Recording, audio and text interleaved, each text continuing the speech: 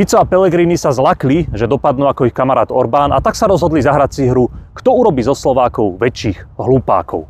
Predstavte si, že po rokoch, čo sú pri moci, si spomenuli na zdravotníctvo a začali o ňom rozprávať. Fico, že aké to tu je zlé, ako to treba rýchlo naprávať.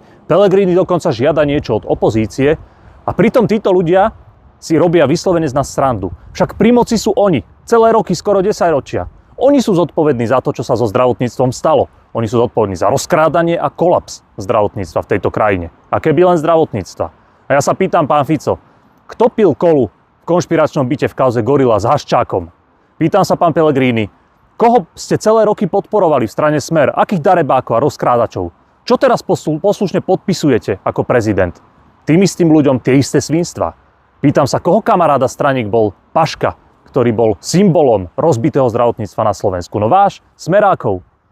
A teraz sa idete hrať na to, že vy ste svätí za dedinou, nič s tým nemáte?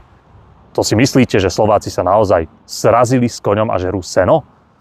Priatelia, títo ľudia Slovenskú republiku ani slovenské zdravotníctvo nezachránia, pretože sú priamo zodpovední za to, čo sa s týmto štátom aj so zdravotníctvom stalo. A kým ich nepošleme preč od moci a nevyvodíme voči nim zodpovednosť, tak sa v tejto krajine nič nezmení. Na to treba pamätať, bez ohľadu na to, aké báchorky a rozprávky nám títo ľudia budú rozprávať.